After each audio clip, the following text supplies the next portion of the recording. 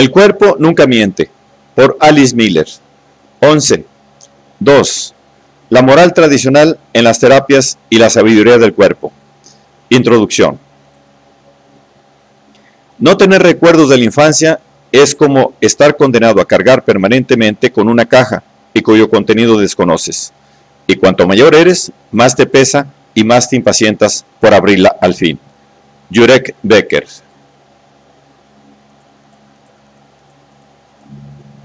El destino de los escritores que he abordado en la primera parte de esta obra pertenecen a siglos ya pretéritos.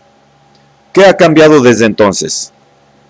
La verdad es que no mucho, salvo el hecho de que en la actualidad algunas de las antiguas víctimas de malos tratos infantiles buscan terapias para liberarse de las consecuencias de esos malos tratos.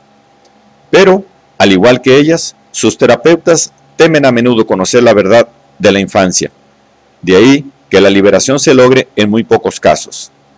A lo sumo, a corto plazo se produce una mejoría de los síntomas si se le posibilita al paciente vivir sus emociones.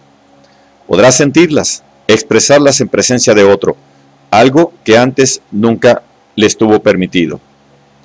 Pero si el terapeuta cree en algún Dios, las figuras de los padres, sea Yahvé, Alá, Jesús, el Partido Comunista, Freud, Jung, etc., difícilmente podrá ayudar al paciente en su camino hacia la autonomía.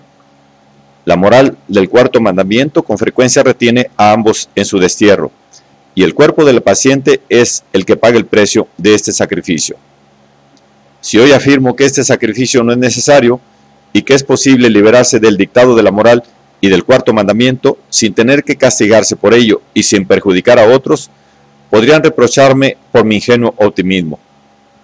Pero, ¿cómo voy a demostrarle a alguien que puede librarse de las obligaciones con las que ha cumplido durante toda su vida, las cuales necesitó en el pasado para sobrevivir y sin las que ya no se imagina la vida?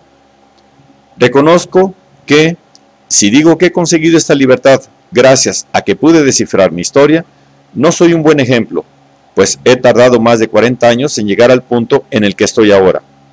Pero hay otros casos.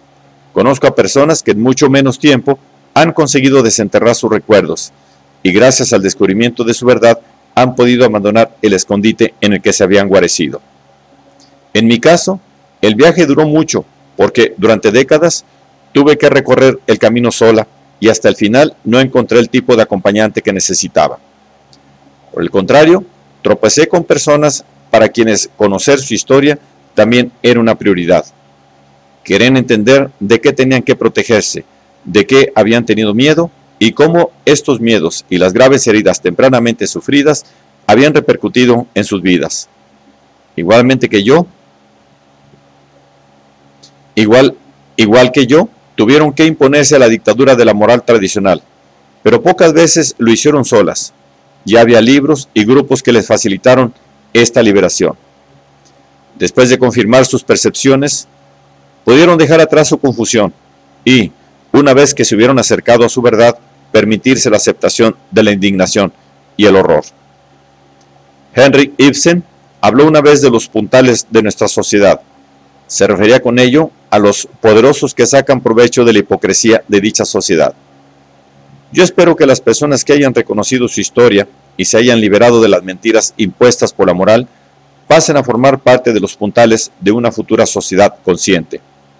Sin la conciencia de lo que nos sucedió en nuestros primeros años de vida, todo el engranaje cultural es, a mi entender, una farsa. Los escritores aspiran a crear buena literatura, pero no tratan de identificar la fuente inconsciente de su creatividad, el impulso que les lleva a expresarse y comunicarse. La mayoría teme con ello perder sus capacidades creativas. Un miedo similar ha encontrado en los pintores, incluso en aquellos que, a mi juicio, mostraban claramente sus miedos inconscientes en sus cuadros, como Francis Bacon, El Bosco, Salvador Dalí y muchos otros surrealistas. Es cierto que con sus cuadros buscan comunicarse, pero a un nivel que proteja su negación de las vivencias infantiles y que se considera arte.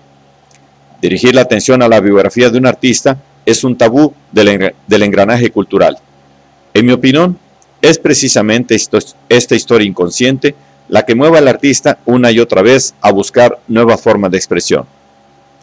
y es preciso que permanezca oculta a él y a nuestra sociedad, porque podría desvelar el sufrimiento tempranamente padecido debido a la educación, con lo que se desobedecería el mandamiento de honrarás a tu padre y a tu madre.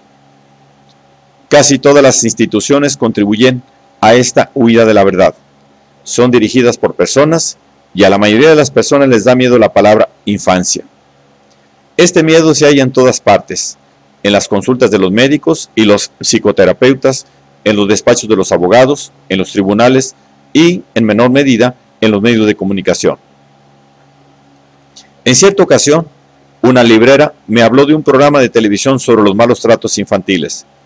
Por lo visto, se emitieron casos de una gran crueldad, entre ellos el de una de las llamadas madres con el síndrome de Munchausen, una enfermera que cuando iba con sus hijos a la consulta del médico se hacía pasar por una madre muy cariñosa y entregada, pero que en casa utilizaba medicamentos para provocarles de manera intencionada enfermedades, de las que acabaron muriendo sin que en principio se sospechara de ella. A la librera le había indignado que los expertos del debate no hubieran dicho nada acerca de por qué hay madres así, como si se tratara de una fatalidad, divina. ¿Por qué no dijeron la verdad?, me preguntó.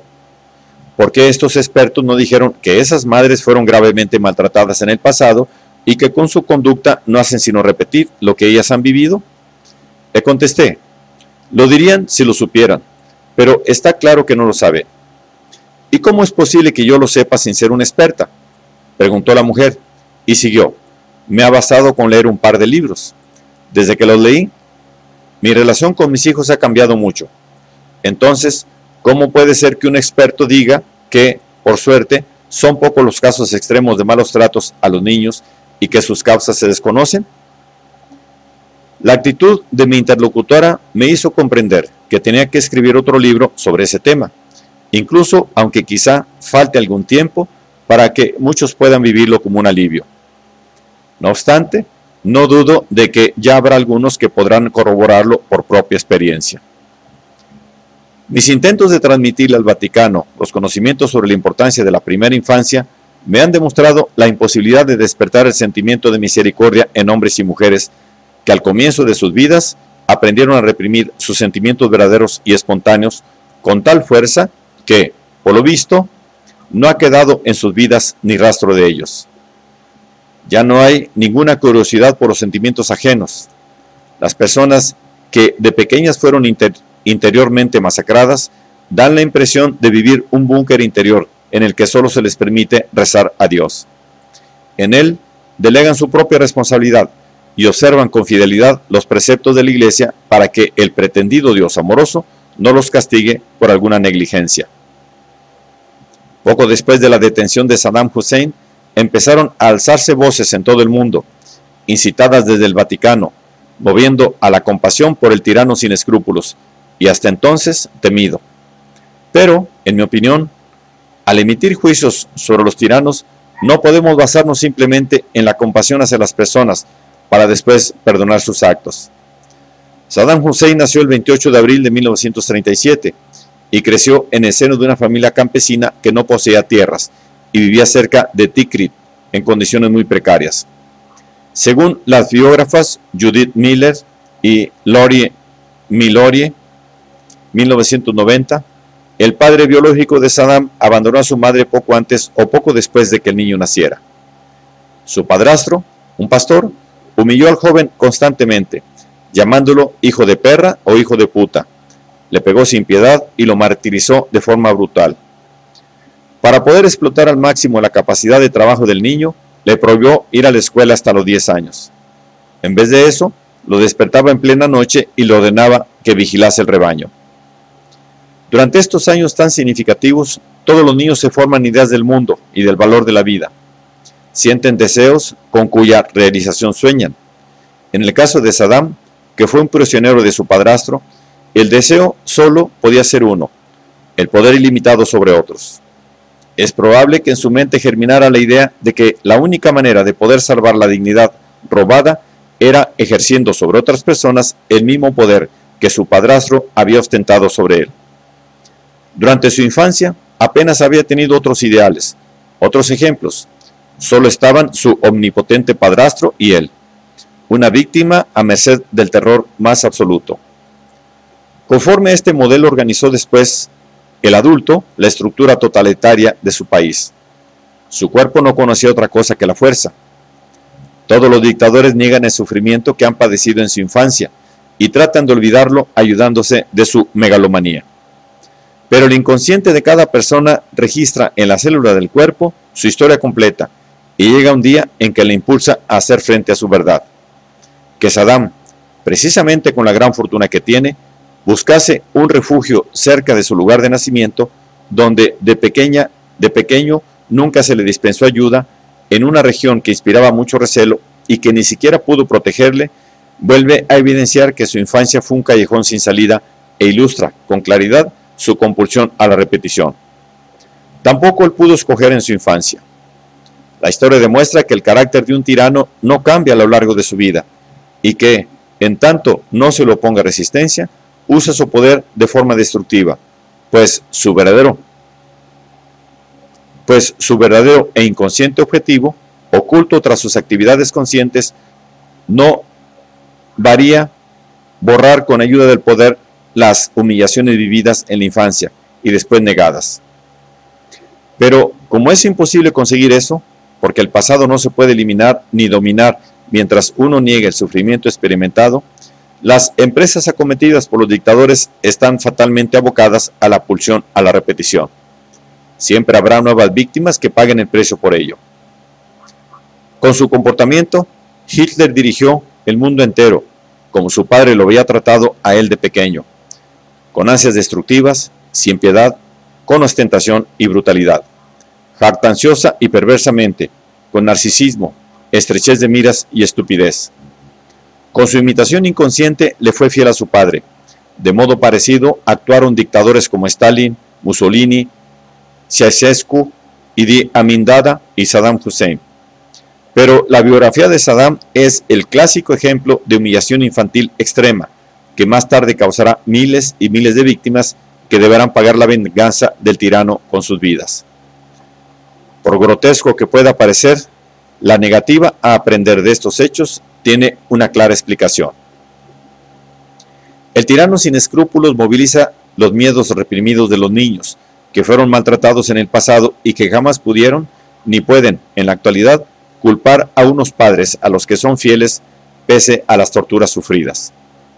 Todo tirano simboliza a este padre, al que se aferra con todas sus fuerzas, con la esperanza de poder transformarlo alguna vez en un ser cariñoso mediante la propia ceguera.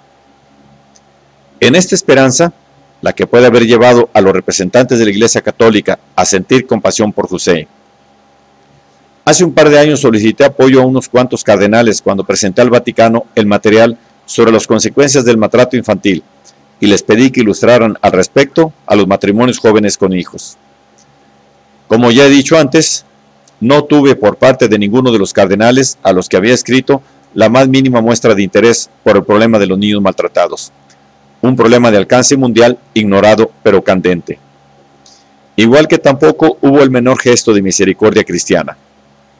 Sí que es cierto, sin embargo, que hoy en día demuestran con rotundidad su capacidad compasiva, pero curiosamente no por los niños maltratados, ni por las víctimas de Saddam, sino por él mismo, por la figura paterna carente de escrúpulos que simboliza el temido déspota.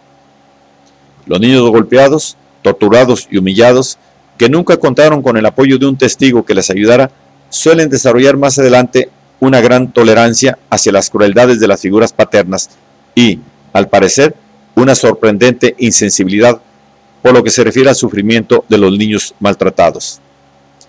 Se niegan en redondo a admitir que ellos mismos fueron maltratados en el pasado, y la insensibilidad les permite mantener los ojos cerrados. Por eso, aunque estén absolutamente convencidos de sus propósitos humanos, harán de abogados del diablo. Desde pequeños han aprendido a reprimir e ignorar sus verdaderos sentimientos. Han aprendido a no confiar en estos y a hacerlo solo en las normas de los padres, los profesores y las autoridades eclesiásticas. Y ahora sus responsabilidades adultas no les dejan tiempo para percibir sus propios sentimientos, a menos que dichos sentimientos encajen a la perfección con el sistema de valores patriarcal en que viven. Como la compasión por el padre, por muy destructivo y peligroso que éste sea. Al parecer, cuantos más crímenes cometa un tirano, más tolerancia recibirá. Eso siempre que el acceso de sus admiradores al sufrimiento de sus propias infancias permanezcan herméticamente cerrado.